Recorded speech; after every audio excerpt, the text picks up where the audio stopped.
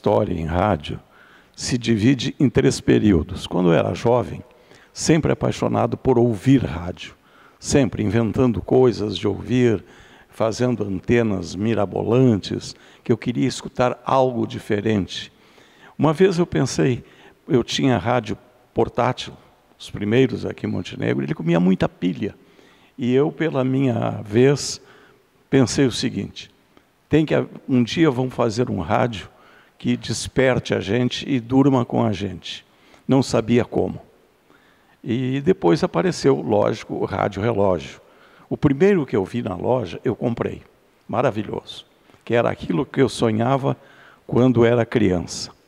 Depois, eu tinha um chamado criado mudo, o bidê, ao lado da cama. Aí eu tinha um rádio elétrico. Tirei o alto-falante daquele rádio e coloquei no bidê. Por quê? Porque eu queria um som melhor. Isto significava o quê? Que depois apareceu caixa de som. Ninguém fazia a mínima ideia, nem eu tampouco o que seria. Mas eu tinha essas ideias assim, de antenas enormes, grandes, para buscar algo diferente. Então, essa é a primeira fase. A segunda fase foi a de ir às emissoras de rádio. Eu não saía de dentro da Rádio Montenegro, que era ali na frente do antigo Correio, na frente da Prefeitura, onde depois foi a Câmara de Vereadores. E eu vivia lá dentro, sempre lá, incomodando o pessoal, sabendo, perguntando, enfim, futricando a vida dos outros lá, incomodando. E um dia, José Carlos Schwartz, que era o gerente da emissora, me perguntou, escuta, Fá-Brasil, tu quer falar na rádio? Era tudo que eu queria, eu disse, claro que quero. Disse, bom, então vem cá, eu vou te mostrar aqui, na hora tu vai falar. Aí foi lá, me levou na cabine, era depois da Voz do Brasil, e disse, olha, quando essa luz vermelha aqui acender, tu vai ler isto aqui. E colocou lá. Tá? Quando terminou a Voz do Brasil, o operador ligou o microfone, eu dei a hora e li o que estava ali. Pronto, foi o que bastou para mim ficar viciado em rádio. Depois disso, nunca mais larguei o rádio. Eu passei a frequentar a rádio, passei a frequentar os estúdios, ia lá incomodar o pessoal que estava trabalhando. Interessante que as 2 rádios em que eu mais trabalhei, a Rádio Montenegro, hoje América, e a Rádio Gaúcha, eu tive em programa de auditórios aqui em Montenegro e ganhei um prêmio, eu não esqueço até hoje. Eu não lembro como é que eu cheguei lá, eu só lembro que eu fui lá e ganhei um prêmio, ganhei um violãozinho lá no auditório, fui sorteado. E outra vez eu fui a um programa de auditório na Rádio Gaúcha, ela ficava ainda ali na frente da Prefeitura de Porto Alegre, no edifício União. E lá também, neste programa de auditório, eu ganhei um prêmio, que eu lembro bem, era uma manteigueirinha com um tablete de manteiga. Fiz jornalismo e fui fazer jornalismo não em jornal, mas sim em rádio. Trabalhei aqui no Progresso 3 anos ou 4, aí sim, aí eu fui redator aqui, era tudo diferente, a impressora era uma Marinoni, plano rotativa, era tudo feito à mão, era tipografia, eram tempos bem difíceis, trabalhavam aqui o seu Lindolfo, o seu Marinácio, o professor Marinácio, o seu Gentil e o Teobaldo, mais conhecido como Candoca.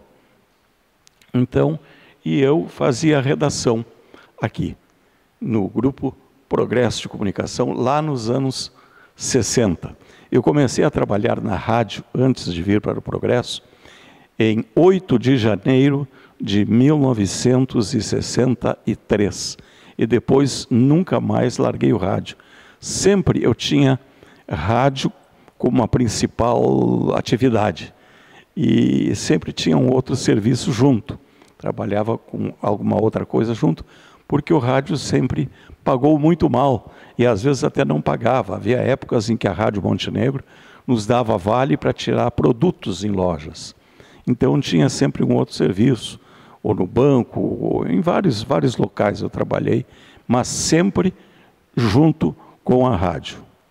Eu trabalhei, por exemplo, na Rádio Montenegro, hoje Rádio América, trabalhei na Rádio Pampa, fui dono da Rádio Rio Pardo, eu adquiri a Rádio Rio Pardo, depois vendi, e trabalhei na Rádio Gaúcha. Então, Rio Pardo, Montenegro, Gaúcha e Pampa, 4 rádios que eu trabalhei.